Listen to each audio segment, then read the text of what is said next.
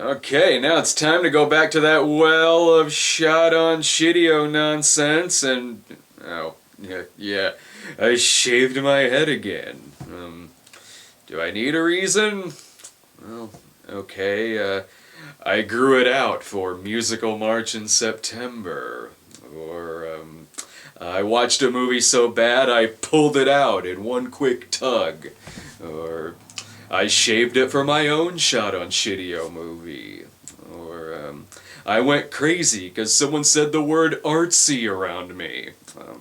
Oh, I got it. I filmed this episode a year ago. Wired? What's that? Well, whatever the reason, it's gonna be mighty cold this winter.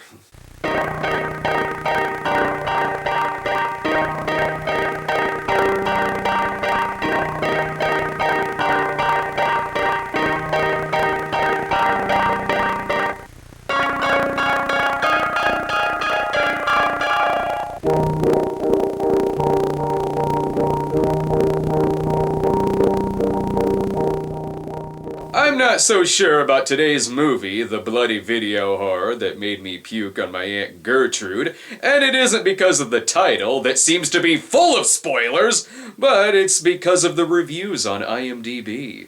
Such as this guy, who says that he was highly disappointed. Boy, I can imagine, because the term high hopes and the title, the bloody video horror that made me puke on my Aunt Gertrude, sure do go hand in hand together. And with pristine shitio quality like this, who could go wrong? Well, surprisingly, you can go very wrong. There isn't a whole lot of bloody, or horror, or puke in this movie, but there sure is a lot of video, and just listen to this sound quality. So, I don't feel like doing this, man. I just want to read, alright? Why don't you take care of this guy now, take care of the next guy. You know, I fucked your mother several times, but that's no excuse for me to be lenient on you. Hey, what was that? Some movies have stereo surround sound.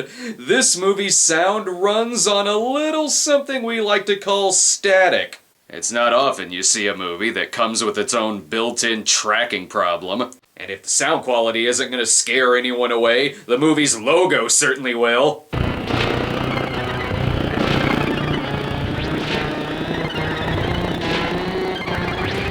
That reminds me, I would rather stick a giant film reel into the back of my head than watch this movie. You're not fooling me. This movie has nothing to do with either film or brains. Though I am impressed that they managed to score a typewriter. If Wendy Torrance found these sheets of paper on Jack's desk, she wouldn't have been as scared of him, she would have just called him a moron. And wait, what the fuck? Oh, Steven Spielberg. Oh boy, did that fool me there for a second. I was about to change my entire opinion of this movie because I saw Spielberg's name attached to it. And it's always the things that no one wants to copy that gets copywritten. Hey look, it's their editing machine. Even the TV is rejecting this. Turns out some movies do improve at the sight of TV static. Perhaps I'm being too hard on this movie because it's only a few seconds in, but it's not shot on film, so it sucks. Not to mention, the plot line of the film involves video stores and snuff films. I feel like I've seen this plot line twice before. With the rest being padded out with long-ass scenes like driving to work, driving back from work, driving to someone's house. Who the fuck was that? Just some guy on YouTube like 7 years ago. And didn't that movie have a sequel?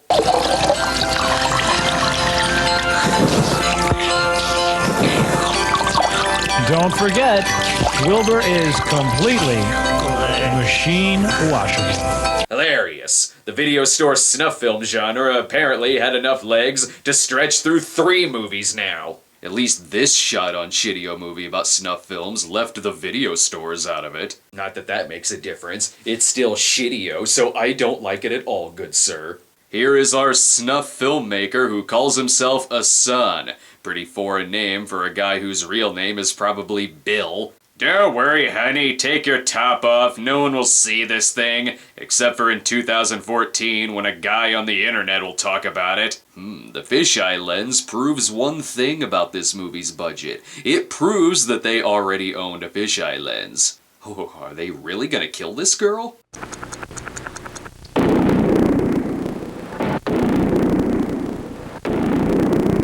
We couldn't afford special effects, so we hope this shot of titties and bush will distract you. Meanwhile, at the video store, our hero, Ramon, is busy reading royalty-free magazine until something starts leaking on it.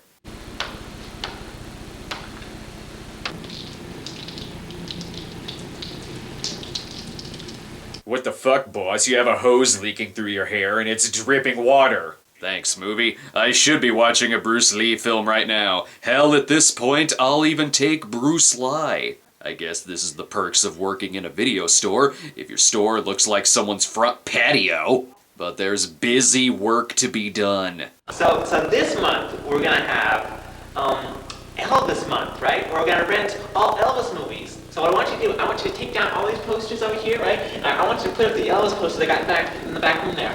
Oh, here, you can hang up this poster for the Identical, which I own for some fucking reason. I don't see any tapes, but they sure have a lot of posters. Look, it's Mannequin. Ugh, I hate watching videos of people talking in front of movie posters. I feel like I'm watching a video of two guys introducing the movie, not the actual movie. Wait a minute. Is that a Golden Girl poster? It is! It is a Golden Girl poster! Well, now how can I get mad at this movie? At least someone else out there recognizes the US's contribution to the 1980 Moscow Olympics, and that contribution was the fantastic film Golden Girl. And what's with people wanting to fuck Ramon's mother? You know, if I didn't fuck your mother, I wouldn't be sticking around here right now. At least his mother is having sex and not getting puked on like Aunt Gertrude. If Clerks is a 7-Eleven, this movie is a Stop and Shop. This is the first movie shot in glory hole vision. That'd be the cleanest place you could stick your dick in this bathroom. And it's a good thing a son is wearing a disguise to make this phone call. Must be talking to his snuff film dealers.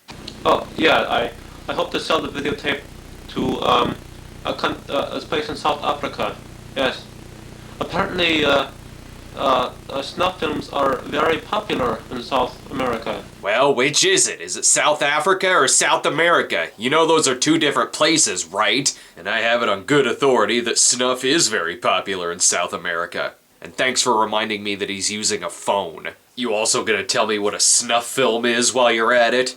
A snuff film is a porno movie where you kill the actress. Yes. Kind of like Faces with Death, only without no clothes.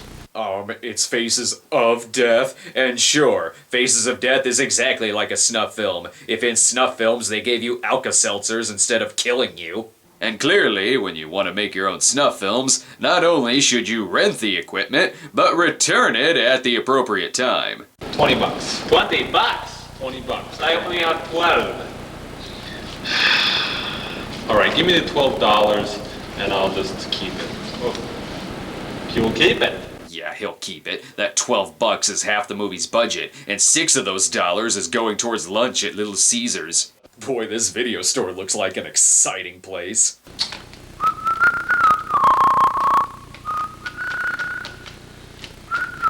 Even at 70 minutes, this movie would feel padded, and they actually stretch it out to 90 minutes! Oh look, something does happen. They learn to turn the camera upside down. The manager, Joe, however, is in some hot water with some unintimidating people that he owes $100,000 to. Look, we just got in some new films today, and I think they'll be real hits. He's right. Crocodile Dundee 2 will get him that $100K that he needs. Let's hope this scene doesn't overstay its welcome. You don't have the money. You said you have it by today. You don't have the money by today. What am I supposed to do? Well, and this video business is a very dangerous business.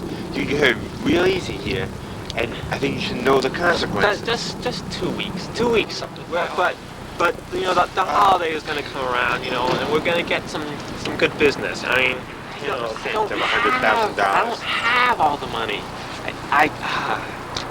Whose fault is this, though? That's what I'm asking. Get to 10%. What's 10% mean to me? 10% of that money is $10,000. Holy shit, I will give you $100,000 if you just move on to the next scene. The big predicament in the film comes when Hassan forgot to take the snuff film tape out of the camera when he returned it to the store. Never mind calling this film the bloody video horror that made me puke on my Aunt Gertrude, it should just be called The Fucking Idiot. And the soundtrack tells me that this is intense.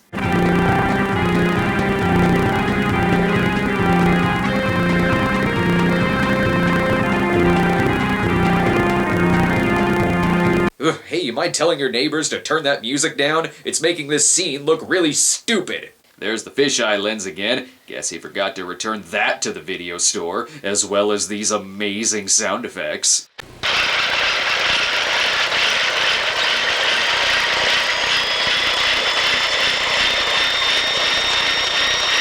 You're not fooling anybody. I can clearly hear you rewinding another tape next to the camera. And Joe and Ramon seem like the best of friends. Oh, come on. You know, porn movies aren't very fun to see alone. Boy, does he have a point there. That's why when I watch pornos, I like to film myself yelling about them. It makes it seem like I don't secretly enjoy them. They go back to Joe's house to watch some porn, and this acting is so sad that he's turning blue right on the fucking screen. Yes, thank you, movie, for showing me how to hook up a VCR, even though if I'm watching this movie, then clearly I know how to work a VCR. I'd rather watch people hook up a VCR than listen to them bicker about beer. Okay, I'll tell you what. Do you want to go down to the corner and get a moose, or should I just give you? Not particularly. No, I don't want it. Okay, so you want the Miller then? I'll take the Miller then. You sure? You sure you want the Miller? Well, do you have anything else besides Moose or Miller? Well, let me check around here. Christ! Just drink whatever the hell you have under the sink. It'll be more entertaining. Ramon decides to take off, leaving Joe all by himself with porn.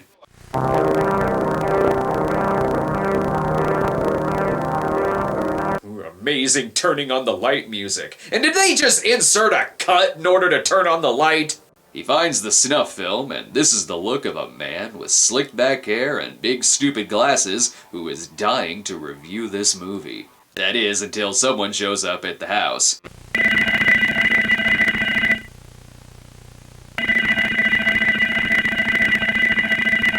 Oh hey, your doorbell is ringing. Also, it sounds like it's in the dryer for some reason. Shit, this is gonna get awkward. Hey, son.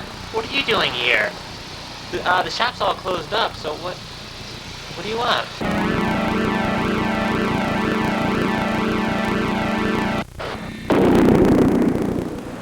Boy, am I glad we got that extended sequence of him talking about his gambling problems if they were just gonna kill him off in the first act. Things have gotten serious, but not so serious that the cops couldn't break out the good police tape. Maybe the detective has some answers.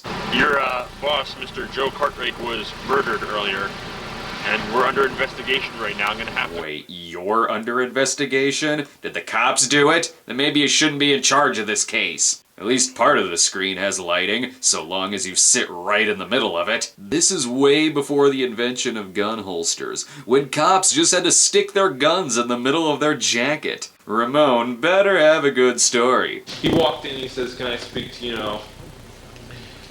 Jim? And, Yeah. Joe, rather. Oh fuck, I got the character's name wrong.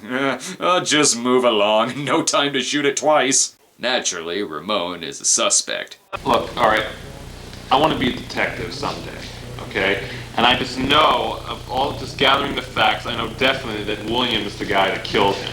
Basically what he's saying is, reading nondescript detective magazines makes him a better cop than the ones who use computer paper as their police tape. Hassan tries getting some info out of Ramon, and then advises him to hide from the cops, because sure, you always want to trust the guy in sunglasses and a fake beard. Don't forget to take the camera suitcase with you. No, seriously, they don't have an actual suitcase, so they just use a camera case. Not that I'm one to talk, I have one of those camera cases too. And you want to guess what's inside of it? I'll give you a hint. It's not clothes, it's a fucking camera! What the fuck? Do I even want to know?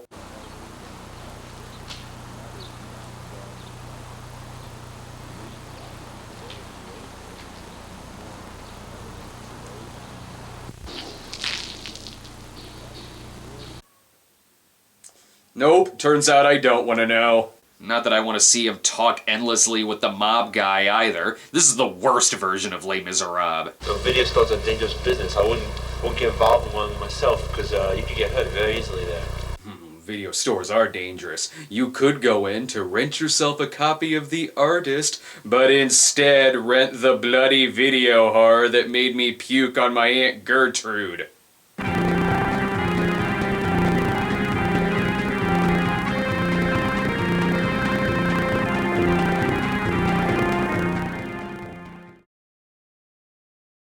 Since Ramon thinks that Don Pauly over here killed Joe, naturally he has to go on the defense.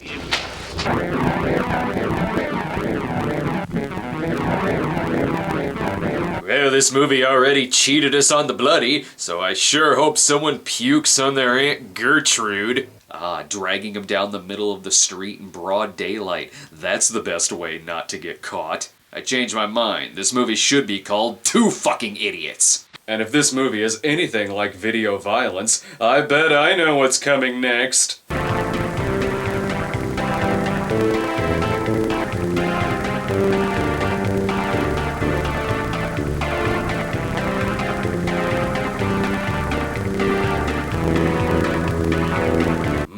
Just as I suspected. A lot of fucking driving. And whatever the hell is going on behind the camera.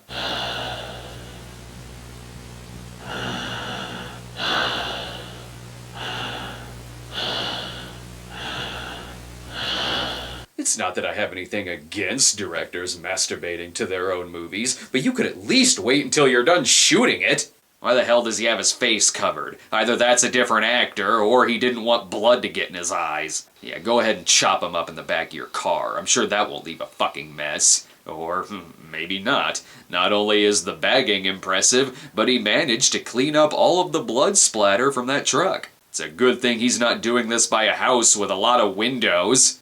What the fuck is with this clown? And in the 80s, did auto color correction only work for the middle of the screen? Turns out the clown is actually an undercover cop. It's nice that he chose a costume that wouldn't stick out. But not only that, the mob enforcer was also an undercover cop, who must like shaking down video store owners on his downtime. While this may look incredibly exciting, I guarantee you it's not nearly as exciting as the next few moments. And here they are, summed up for you.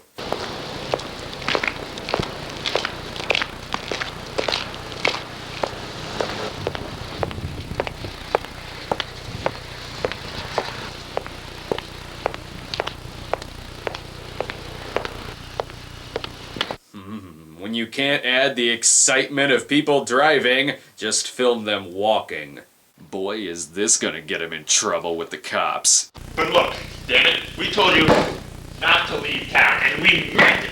Which calls for very serious acting. Dude, you know, whatever you want me to say, I'll say it, alright? I don't... Can you say the words, "the end"? I feel like I'm watching this scene through the world's worst peep show. And what the fuck, they have a boom mic? You might want to adjust it. It's making the actors sound like they're burping static. You gonna go to buy the sperm bank later?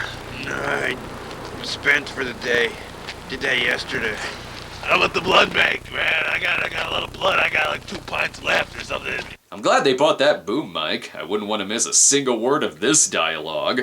And don't go rooting through someone's trash if you don't want to find body parts.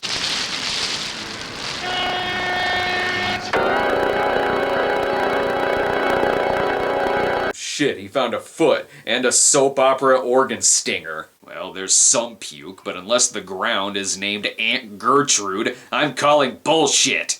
This is a job for the only cop in the city. Well, I don't think the mob cuts them into little pieces like that and spreads them around. Ever hear of Chef Boyardee? And take that stupid makeup off. Well, what about... Go ahead. Now you go first. I was gonna say, I know we stepped over each other's lines, but let's just try to get through this with our dignity and no more vomit.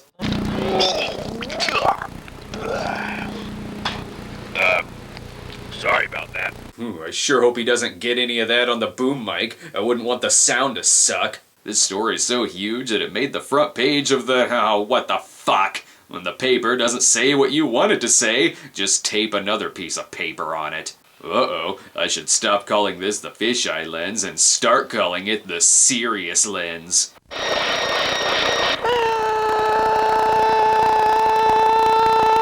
Oh man, thank God it's you. Whoa, apparently I'm blind when the script calls for me to act like an idiot. So Ramon goes to stay at Hassan's place. This should be riveting.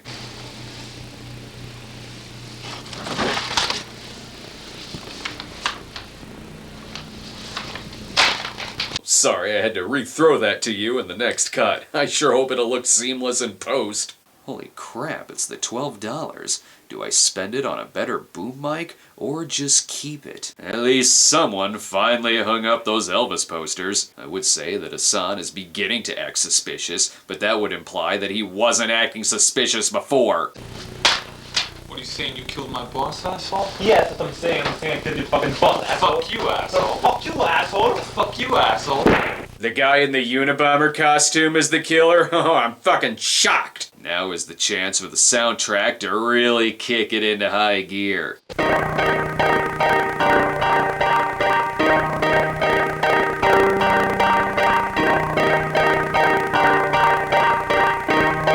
Chase music, carousel music, practically the same thing. Or they just wanted subpar music to go along with their subpar choreography.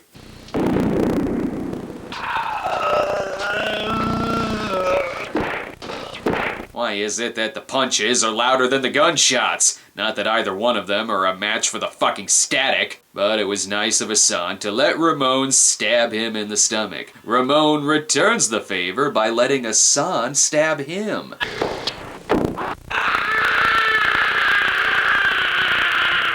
Is that how you want to yell? Are you sure you wouldn't rather yell like this? See, that's what you want. Keep the stupidity on a consistent level, please. And I have the feeling these two aren't really fighting. I bet he's glad he didn't spit that all over the serious lens. Then they definitely couldn't return it to the video store. Uh-oh, but what about that business with Ramon killing the undercover cop and the police that are chasing him? How are they gonna wrap up that storyline? Hello, Detective Sullivan. Yes, this is Hassan Aziz. I just called you to let you know that I killed Detective Gagiano, and I killed that nude model that you found in the dumpster. That's what I killed her too, and I killed Ramon Raffleson's boss. Well, that should take care of it. Actually, yeah, that does take care of it, because the next shot is the end of the fucking movie. I'm not even gonna call this movie 3 fucking idiots, because everyone in this movie is a fucking idiot, and that's a more honest title than the bloody video horror that made me puke on my Aunt Gertrude. What a cheap piece of title baiting. The 80s equivalent of clickbaiting. There was no Aunt Gertrude anywhere in the film, let alone getting puked on, and you know what's bloodier than this movie? The trailers that make up the last 10 minutes.